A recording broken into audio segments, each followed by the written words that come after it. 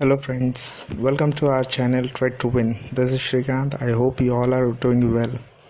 Well friends, आज तक मैंने देखा है कि हम यहाँ वहाँ की बातें सुन के या इसका उसका प्रॉफिट देख के स्टॉक मार्केट में आ तो जाते हैं, लेकिन हमें पूरी जानकारी नहीं होती। इसकी वजह से हम लॉस पे लॉस करते हैं और अल्टीमेटली मार्केट से एग्जिट ले लेते हैं।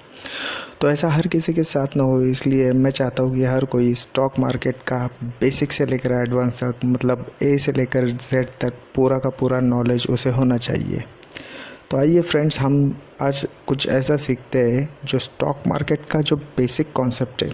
स्टॉक ब्रोकर कौन होता है, इसके मार्केट पार्टिसिपेंट्स कौन कौन होते हैं, रेगुलेटरी बॉडीज़ क्या होती है, ये सब जानते हैं। तो स्टॉक मार्केट बेसिकली एक ऐसी जगह है जहाँ पे आप पब्लिकली लिस्टेड कंपनीज के शेयर जो है वो बाय और सेल कर सकते हो। ये एक ऐसा प्लेटफॉर्म है जहाँ पे आपको बायर्स या सेलर्स ढूंढने की ज़रूरत नहीं है। स्टॉक एक्सचेंज खुद ही आपको वो प्रोवाइड करता है। अगर समझिए आप ए हो और मैं बी हूँ, आपको अगर मुझे रिलायंस इंडस्ट्रीज़ के शेयर सेल करने हैं तो आप डायरेक्टली स्टॉक एक्सचेंज चले जाओ, मुझे यहाँ वहाँ ढूंढने की ज़रूरत नहीं है। और ये सब जो प्रोसेस होती है ये आपके स्टॉक ब्रोकर थ्रू ही होती है। स्टॉक ब्रोकर को आपको बस ऑर्डर दे देना है कि मुझे ये सेल करना है, stock broker stock exchange through ये सेल कर देगा। और ये सब जो है इलेक्ट्रॉनिक मीडियम के थ्रू होता है। तो स्टॉक ब्रोकर का जो पार्ट है वो कौन होता है, क्या होता है, ये हम बाद में देखेंगे। उससे पहले हम जानते हैं कि इंडिया में स्टॉक एक्सचेंजेस कौन से। तो वैसे तो मतलब रीजनली बहुत सारे स्टॉक एक्सचेंजेस है, लेकिन जो मेजर स्टॉक एक्सचेंज है वो दो ही है, बॉम्बे स्टॉक एक्सचेंज और नेशनल स्टॉक एक्सचेंज। तो नेशनल स्टॉक एक्सचेंज जो है वो फिलहाल तो इंडिया का लीडिंग स्टॉक एक्सचेंज है, जहाँ पे आप पब्लिकली लिस्टेड कंपनीज के शेयर्स जो है वो बाय और सेल कर सकते हो। एनएसई जो है वो 1992 में एस्टेब्लिश हुआ था और मुंबई में। इसका फ्लैगशिप इंडेक्स जो है वो निफ्टी 50, जिसमें 50 कंपनियां ऐसी है जिनका मार्केट कैपिटलाइजेशन बहुत बड़ा है। मतलब सभी लार्ज मार्केट कैपिटल साइज की कंपनियां इसमें हैं।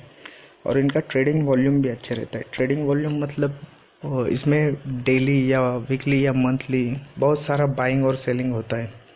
इसकी वजह से इन्होंने वो चुनिंदा 50 कंपनियां इसमें डाली हुई हैं। और दूसरा है बीएससी, बॉम्बे स्टॉक एक्सचेंज। तो बीएससी जो है एशिया का सबसे पहला और सबसे पुराना स्टॉक एक्सचेंज है, जो कि 1875 में एस्टेब्लिश हुआ था और वो भी मुंबई में ही है। इसमें 5,000 से ज़्यादा कंपनियां लिस्टेड है, जिसमें से 3,972 2017 की रिपोर्ट के हिसाब से अभी एक्टिवली ट्रेड होती हुई दिखाई दे रही है। इसका जो फ्लैगशिप इंडेक्स है वो है सेंसेक्स। सेंसेक्स में 30 चुनिंदा ऐसी कंपनी है जिनका लिक्विड साइज, मतलब जो ज़्यादा लिक्विड स्टॉक्स है उसमें, और फाइनेंशियली स्टेबल कंपनियां इनमें रहती है। अब जानते हैं मार्केट पार्टिसिपेंट्स।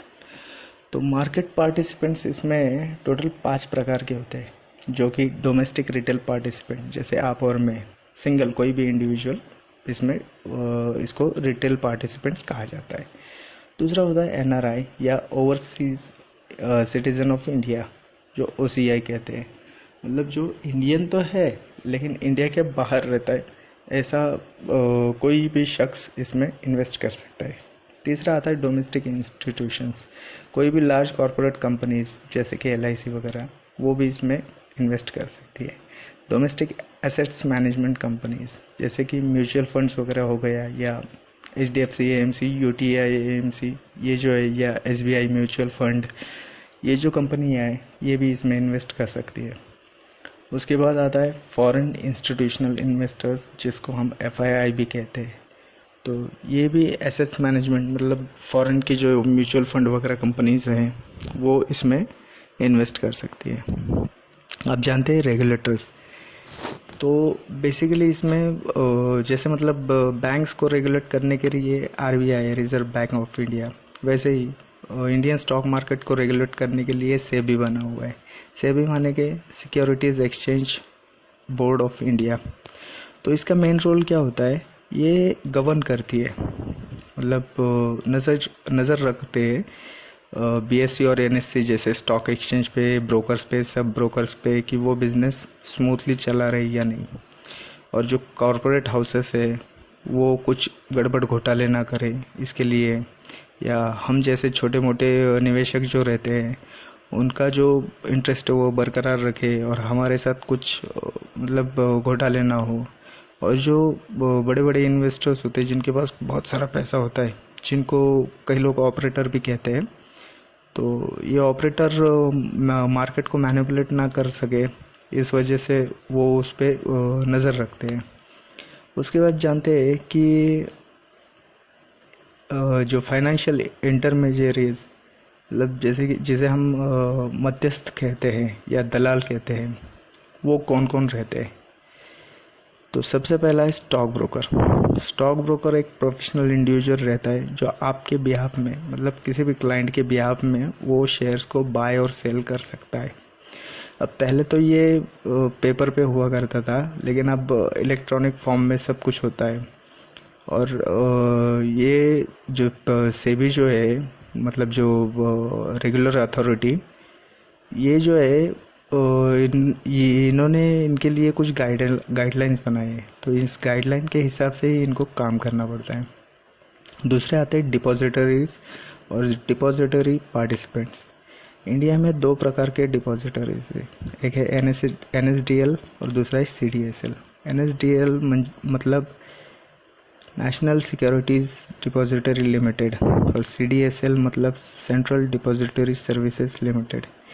ये बेसिकली आपको डीमैट अकाउंट की जो सर्विस रहती है वो प्रोवाइड करते हैं। डीमैट अकाउंट जो है उसमें आप जब शेयर खरीदते हो तो ये शेयर आपके डीमैट अकाउंट में रहता है इलेक्ट्रॉनिक फॉर्म में। तो ये जब आपको सेल करना होता है अपने डीमैट अकाउंट से, तो एनएसडीएल या सीडीएसएल इनका रोल बहुत इम्पोर्टेंट रह जाता है। तीसरा है बैंक्स। आप जब कोई ट्रेडिंग अकाउंट ओपन करते हो तो आपको ट्रेडिंग अकाउंट आपके बैंक के अकाउंट से लिंक करना पड़ता है। तो जो कोई भी आपका बैंक अकाउंट हो, एसबीआई हो, एचडीएफसी हो, वो आपको आपका ट्रेडिंग अकाउंट के साथ लिंक करना पड़ता है। चौथा आता है क्लियरिंग कॉरपोरेशन।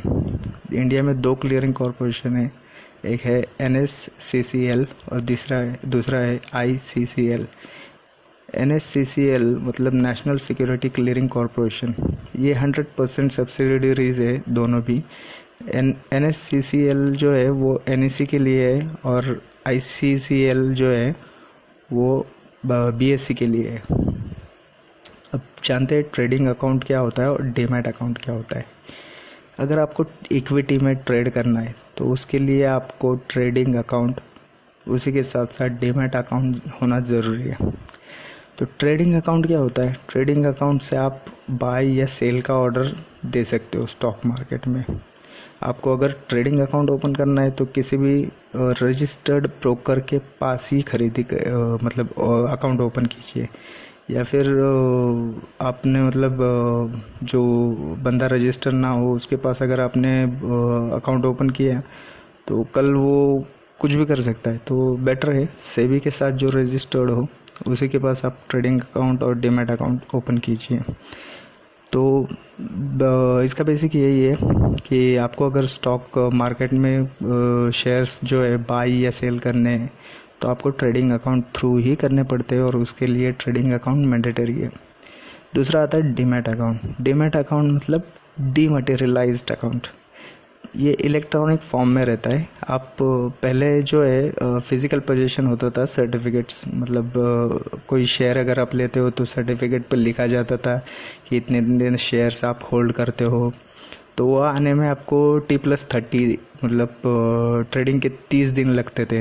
अब प्रोसेस इतना इलेक्ट्रॉनिक हो गया है तो 2 दिन में आपके अकाउंट में वो आ जाते हैं। तो उसके लिए आपको डीमैट अकाउंट होना ज़रूरी है। तो इंडिया में डीमैट अकाउंट कैसे ओपन करते हैं? डीमैट अकाउंट ओपन करने के लिए आपको किसी भी डिपॉजिटरी पार्टिसिपेंट्स या मतलब जो ब्रोकर्स वगैरह रहते हैं उनके पास जाना पड़ता है। अब CDSL या NSDL के वेबसाइट पे मतलब गूगल पे आप जाते हो तो गूगल पे आप NSDL की जो वेबसाइट है या CDSL की वेबसाइट है उस पर आप देख सकते हो कि DPs कौन कौन अवेलेबल है। तो उनके पास आप जब उनको अप्रोच करते हो, आजकल तो मतलब ऑनलाइन इतना हो गया है, तो पहले मतलब आपको उनके पास ऑफिस में जाना पड़ता था और ऑफिस में जाके सब प्रोसेस करने पड़ते थे। आप आज के ज़माने में डायरेक्टली सब ऑनलाइन ही होता है। तो आपको बस जो KYC डॉक्यूमेंट्स की फॉर्मेलिटीज़ है आप उसकी फ़ोटोकॉपीज़ मतलब जैसे कि आपका आइडेंटिटी प्रूफ या प्रूफ ऑफ एड्रेस वगैरह जो है, अकाउंट ओपनिंग फॉर्म, ये सब फिलअप करके दे देना रहता है। और जब वो आपका अप्रूव कर लेते हैं अकाउंट, तब आपको पार्टिसिपेंट ID दे देते, क्लाइंट ID दे देते, जिसके थ्रू आप अकाउंट एक्टिव हो जाता है और आप अकाउंट स्टार्ट कर सकते हो ट्रेडिंग के लिए। अगर आप भी ऐसा डीमैट अकाउंट या ट्रेडिंग अकाउंट खोलना चाहते हो तो आप अपस्टॉक में ज़रूर अकाउंट ओपन कर सकते हो, जिसका लिंक मैंने नीचे डिस्क्रिप्शन में दिया हुआ है। अपस्टॉक एक बहुत ही बढ़िया और फिलहाल तो लीडिंग ब्रोकर है इंडिया का। और आपके इंफॉर्मेशन के लिए ये बता दूँ कि अपस्टॉक में टाटा ग्रुप का भी शेयर है, तो इसलिए काफ़ी भरोसेमंद है, काफ़ी ट्रस्टवर्दी है। तो आप इसमें अकाउंट खोल सकते हो। वरना आपको तो पता है कोई भी जो ब्रोकर है आप पैसे ले लेता है, जब बड़ा पैसा बन जाता है तो ये दुकान करके चले जाते हैं, भाग जाते हैं। तो ऐसा ना हो, इसलिए मैं किसी भी ट्रस्टेड ब्रोकर के पास ये अकाउंट खोलना पसंद करूँगा। तो आप अपस्टॉक में अकाउंट खोल लीजिए, एकदम श्योर और सिक्योर रहोगे। तो आइए जानते हैं क्विक रैपअप में कि क्या क्या सीखा आपने। तो सबसे पहले तो हमने सीखा कि स्टॉक मार्केट क्या होता है। स्टॉक मार्केट एक ऐसी जगह है जहाँ पे आप पब्लिकली लिस्टेड कंपनीज के स्टॉक्स जो है, शेयर्स जो है, वो बाय सेल कर सकते हो। NSE और BSE मतलब नेशनल स्टॉक एक्सचेंज और बॉम्बे स्टॉक एक्सचेंज, ये दो मेजर स्टॉक एक्सचेंज है भारत में। Individual has to mandatorily open a trading account to trade in stock market। ठीक है। और कई सारे मार्केट पार्टिसिपेंट्स है, retail investors, domestic institutions, foreign institutional investors. Indian stock market is governed by SEBI. There are different financial intermediaries like stockbroker, bank, depository participants, etc. Demat account or dematerialized account allows holding shares in electronic form instead of taking physical possession of certificates. I hope आपको ये समझ में आ गया होगा।